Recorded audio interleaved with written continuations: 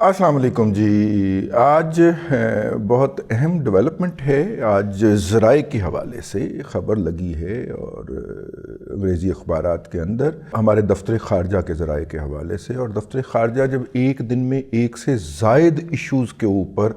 اپنا نقطہ نظر دینا چاہتا ہے اور ڈیٹیل سے دینا چاہتا ہے، تو اس خدشے کے پیش نظر کہ یہ ایک پوائنٹ جو ہے اس میں سے اخبارات پک کر لیں گے اور دوسرے پوائنٹ کے اوپر توجہ کم ہو جائے گی، اس کے پیش نظر جو ہے وہ کسی ایک نقطہ نظر کو نظر انداز نہ کر دے جرنلسٹ، اور ہیڈ لائن ایک کی بن جائے دوسرا نقطہ نظر ہو جائے تو وہ پھر کسی صحافی کے کان میں پھونک مار دی جاتی ہے اور وہ پھر ذرائع کے حوالے سے وہ خبر نشر کر دیتا ہے۔ تو ذرائع کے حوالے سے خبر نشر ہوئی ہے، خبر چھایا ہوئی ہے، اور چونکہ شائع ہو چکی ہے تو اس لیے ہم آپ کی خدمت میں لے کے حاضر ہوئے ہیں۔ اس کا مطلب یہ ہے کہ پاکستان اور افغانستان کے اندر جو چشمک ہے، جو اختلافات ہیں، وہ اگلے لیول کے اوپر جا رہے ہیں۔ جب سے امریکنز جو ہیں وہ پاکستان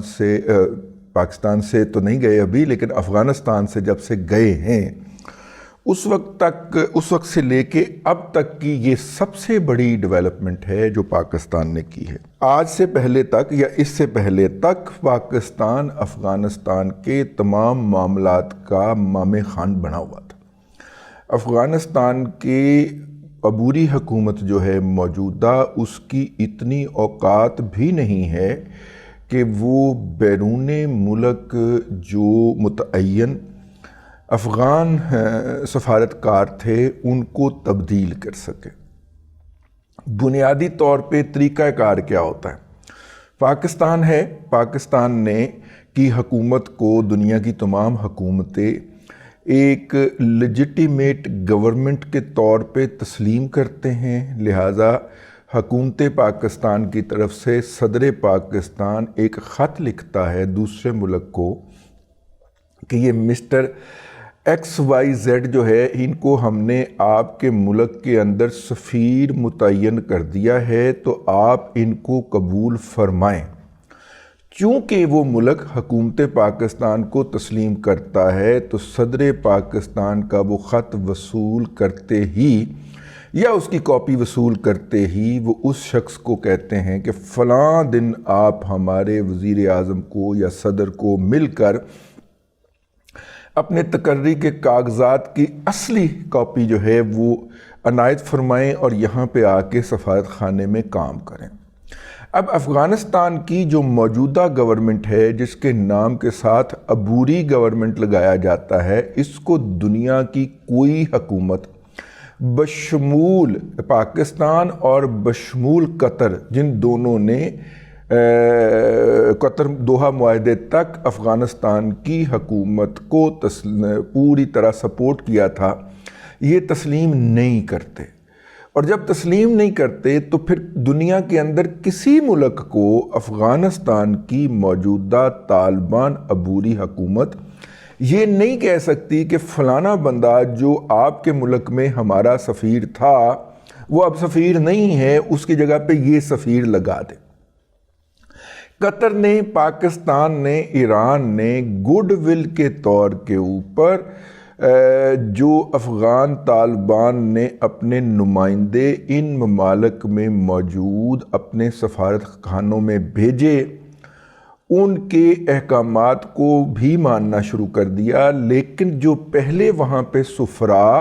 یا فرسٹ سیکرٹری یا انڈر سیکرٹری جو تھے متعین تھے،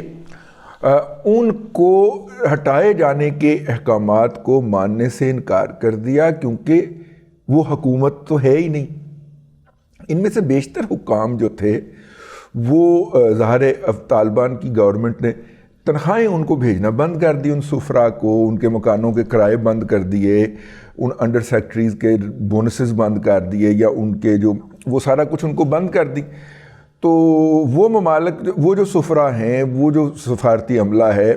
ان میں سے کئی جو تھا وہ تو بھوک کے ہاتھوں ادھر ادھر ہو گئے، لیکن پھر ایک نادیدہ قوت نے ان کو بتایا کہ آپ نے اپنی جگہ کے اوپر متعین رہنا ہے۔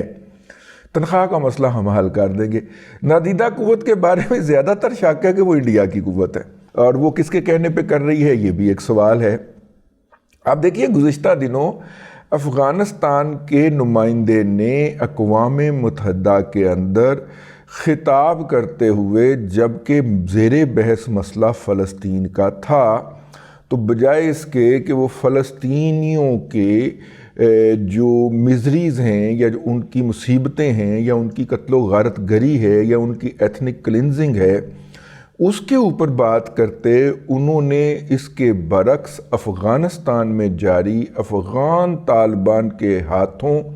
جو ایٹراسٹیز ہیں اور جو ظلم و ستم جاری ہے بقول ان کے، اس کے اوپر ایک لمبی چوڑی تقریر جھاڑ دی۔ اب دیکھیے ایک طرف انڈیا جو ہے وہ ان کے اشرف غنی دور کے سفارتکاروں کو کہہ رہا ہے کہ جانا کچھ نہیں، پیسے لب دے رہیں گے، آپ کو گزارے جو کہ پیسے مل جائیں گے، باقی آپ تھوڑا بہت لوکل ارینجمنٹ کر لیجئے گا، گزارے جو کہ پیسے ملنے جائیں گے، کوئی سفارتخانہ چھوڑنا نہیں ہے آپ نے، وہ آپ کے زیر قبضہ رہنا چاہیے۔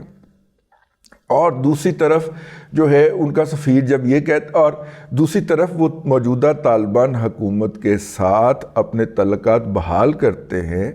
اور پاکستان کو دریائے کابل کے ذریعے آنے والا پانی جو بائی دا وے پاکستان میں ہمیشہ سیلاب اور تباہی لاتا ہے، لیکن میجر حصہ بھی یہی پانی کا میجر کنٹریبیوشن بھی یہی کرتا ہے دریائے سندھ کے اندر، دریائے اباسین جس کو تاریخی طور پہ کہا جاتا ہے، اور یہ ایک دھاندلی ہوئی ہے پاکستان کے ساتھ کہ اس کو دریائے سندھ کا نام دے دیا گیا ہے اور سندھ کے اوپر سندھ کا حق ہوگا۔ یہ جو پروپیگنڈا یا یہ جو دھاندلی ہے یہ 2 نمبری ہوئی ہے اس قوم کے ساتھ، اس کے اوپر پھر کس دن ہم نشاندہی کریں گے۔ دریائے اباسین کے اندر دریائے کابل آ کے گرتا ہے، اور جتنے بھی سیلاب آتے ہیں وہ اس کے بعد والے علاقوں میں آتے ہیں، اس سے پہلے والوں کے اندر نہیں آتے۔ تو یہ منصوبہ شروع ہوا تھا رشیا کے دور کے اندر کہ یہاں پہ دریائے کابل کا رخ موڑ کے،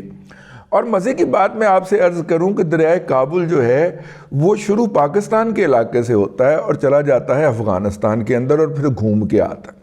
دریائے سندھ کی بھی یہی صورتحال ہے، اباسین کی بھی یہی صورتحال ہے، یہ پاکستان کے علاقے سے نکلتا ہے جو موجودہ پاکستان کے کنٹرول میں، تھوڑی دیر کے لیے انڈیا جاتا ہے پھر واپس آ جاتا ہے۔ انڈیا اس کو روکتا کیوں نہیں ہے؟ کیونکہ وہاں پہ وہ ایک ندی نالے کی شکل کے اندر ہوتا ہے، وہ کوئی بڑا دریا نہیں ہوتا۔ بڑا دریا وہ بنتا ہے جب یہ بعد میں آنے والے علاقوں میں سارے دریا اس میں آ کے گرتے ہیں، جن کے اندر دریائے کابل بھی شامل ہے۔ اب اگر افغانستان وہ والی نہر نکالنے کی کوشش کرتا ہے کہ کچھ عرصے کے لیے وہ جو کچھ دیر کے لیے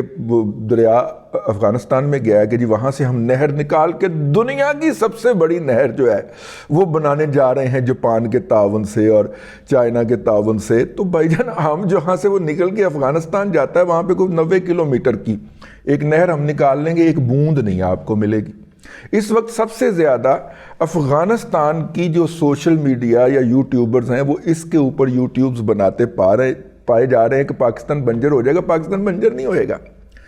ہم آپ کا ادھر سے مکو ٹھاپ دیں گے۔ 90 کلومیٹر لمبی نہر ہم نے کھودنی ہے تو جو 4 قطرے آپ کو مل جاتے تھے وہ بھی نہیں ملیں گے،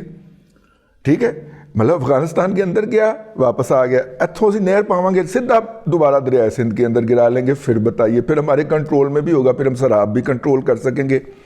اب تو جیسے ہی وہ پاکستان میں داخل ہوتا ہے تو اس کے بعد کوئی ایسی جگہ ہی نہیں ہے جس کے اوپر ہم کوئی ڈیم بنا سکیں، اور وہ وہاں سے جب پانی چھوڑتے ہیں آپ تو سیدھا تباہی مچاتا ہے دریائے سندھ کے اندر۔ دریائے سندھ چونکہ بہت بڑا ہے اس کا ظرف، تو وہ کبھی کبھی 10 سال کے اندر ایک مرتبہ جو ہے وہ اچھلتا ہے، لیکن آج کل ان کی طرف سے یہ چل رہا ہے، بات اسی پروپیگنڈا چل رہا ہے، لیکن بات اور اس کی فائنانسنگ جو ہے اس نہر کی فائنانسنگ بھی انڈینز کر رہے ہیں۔ میرا خیال ہے چپکے سے حکومت پاکستان کو یہ نہر بنانے دینی چاہیے، اور جیسے وہ نہر مکمل ہو جائے، انڈیا کی سرمایہ کاری ہو جائے تو پھر اپنی نہر بنا لینی چاہیے۔ لو اس نہر کے اندر آپ کھیلو، ایک پاؤں کے ساتھ پاؤں کا انگوٹھا پکڑ کے، تو وہ جو آپ گیم کھیلتے ہو، نہیں بز کشی کھیل لو، چلو وہ نہر کے اندر جو ہے بز کشی کھیل لے آپ، جتنی بڑی نہر آپ بنانے جا رہے ہیں، ٹھیک ہے؟ تو دشمن کا بیڑا غرق بھی تو کرنا چاہیے نا۔ میری یہ ایڈوائز ہوگی کہ پہلے وہ نہر مکمل ہونے دی جائے، اس کے بعد پھر یہ جو ہے یہ والا کام کیا جائے۔ چترال سے میرے خیال اوپر سے وہ آپ نے کھینچ کے تو سیدھا دریائے سندھ کے اندر نوشیرہ پہ نہ گرائیں، تھوڑا سا پہلے گرا لیں اس کے اندر۔ خیر یہ ایک جو ہے یہ ایک امپورٹنٹ خبر ہے، لیکن امپورٹنٹ خبر یہ ہے کہ وہ جو سفارتکار ابھی تک اشرف غنی کے تابع ہیں یا پچھلی حکومت کے تابع ہیں یا اینٹی طالبان حکومتوں کے تابع ہیں، وہ تو افغانستان کی موجودہ عبوری حکومت کے مفادات کا تحفظ نہیں کر رہے تھے، تو پھر افغانستان کی موجودہ عبوری حکومت کے مفادات کا ان ممالک کے اندر تحفظ کون کر رہا تھا؟ حکومت پاکستان کر رہی تھی، ہم کر رہے تھے۔ افغان طالبان کو اس حکومت کے ساتھ اگر کوئی کمیونیکیشن کرنی ہے تو وہ اپنے سفیر کو نہیں کہتے تھے، وہ ہمیں کہتے تھے، وہ ہمارے سفیر کو کہتے تھے کابل سے کہ جناب یہ ہمارے مفادات جو ہیں، یہ ہماری کمیونیکیشن جو ہے، یہ ان کے ذریعے آپ جا کے اسٹڈی کر لیجئے۔ ویسے بھائی جب چائنا نے بھی طالبان کی طرف سے نامزد بندہ جو ہے اس کو قبول کر لیا ہوا ہے، تو وہ ایک طالب لیڈر کا بیرونی کوالیفائیڈ بچہ ہے جس کو وہاں پہ رکھا گیا ہے، جس کو وہاں پہ سفیر بنایا گیا ہے، میرے خیال فرسٹ سیکرٹری بنایا گیا، سفیر نہیں بنایا، یا سفیر بنایا گیا۔ اور یہ طالبان کے جو قائدین ہیں، ان کے لوگوں کے بچوں کو جب یہ جہاد میں شہید کروا رہے ہوتے تھے تو اپنے بچے ان کے باہر پڑھنے گئے ہوتے تھے، ٹھیک ہو گیا۔ تو وہ بہرحال جو فوراً وہ کر لیا گیا ہے، اس کو بڑا سیلیبریٹ کیا گیا ہے، سوشل میڈیا کے اوپر کیا جانا چاہیے۔ اور ہم تو یہ بات آپ کو کہتے رہے ہیں کہ جناب وہ کس طرح سے آئی ٹی کے اندر بھی اور انٹرنیشنل ریلیشن میں بھی اور کمیونیکیشن سائنسز کے اندر بھی ان کے بچے پڑھ رہے ہیں۔ ہمارے ولاگ جو ہے اس امر کی نشاندہی کرتے ہیں جو ہم نے ماضی کے اندر کر رکھے ہیں۔ تو خیر اب جو ہے حکومت پاکستان نے اصولی طور پہ فیصلہ کیا ہے کہ حکومت پاکستان افغان طالبان کی عبوری حکومت کے مفادات کا کسی دوسرے ملک کے اندر تحفظ نہیں کرے گی۔ اگر انہوں نے ان ممالک کے ساتھ کوئی کمیونیکیشن کرنی ہے، ابلاغیات کرنی ہے، تو وہ براہ راست کریں۔ یہ اتنا بڑا بلو ہے، یہ اتنا بڑا جھامپڑ ہے، یہ اتنا بڑا تھپڑ ہے، یہ افغانستان کی عالمی سطح کے اوپر جو کمیونیکیشن ہے اس کو ایک دم کاٹنے والی بات ہے، اگر کوئی کمیونیکیشن ہے تو۔ اب پاکستان کو، اب آگے بھی میں نے کہا جاتے جاتے بتاتا چلوں، پاکستان کو اس جگہ پہ کون آ کے ریپلیس کرے گا؟ انڈیا کرے گا۔ اب دیکھتے رہیے گا۔ میں آپ کو آج بتا کے جا رہا ہوں کہ افغان حکومت کی، اس لیے آپ نے کبھی کسی طالب لیڈر کو کشمیر کے معاملے کے اوپر ایک دو سٹیٹمنٹ کے علاوہ، جب سے انڈیا نے اپنا ڈپلومیٹک مشن جو ہے، اس کو سفارت خانہ نہیں کہتے، ڈپلومیٹک مشن ہے، وہ ایکٹیو کیا ہے، تب سے طالبان کے حقانی صاحب کے علاوہ، حقانی گروپ کے علاوہ کسی لیڈر کے منہ سے آپ کو کشمیر کے حق میں کوئی ایک لفظ پھوٹتے ہوئے سنا گیا ہو۔ اور موجودہ وزیر اعظم صاحب ہیں اور موجودہ جو ان کے امیر ہیں ملا ہیبت اللہ اخونزادہ صاحب، یہ کوئٹہ میں بیٹھے ہوئے آپ کی اور میری روٹیاں توڑ رہے تھے۔ ابھی کل کی بات ہے، ٹھیک ہے، مختلف مساجد کے اندر امام تھے نا، تو ہماری تو روایت ہے کہ امام صاحب کے لیے روٹی جانی ہوتی ہے، ٹھیک ہے۔ تو یہ اہم خبر تھی، اس کا نشاندہی اور آپ کے علم میں آنا ضروری تھا۔ میں نے کہا آپ کی خدمت میں عرض کر دوں۔ اب تک کے لیے اتنا ہی، اگلے ولاگ کے اندر پھر حاضری ہوگی۔ اللہ تبارک و تعالیٰ آپ کو آسانیاں عطا کرے اور آسانیاں خلق خدا میں تقسیم کرنے کی توفیق عطا کرے۔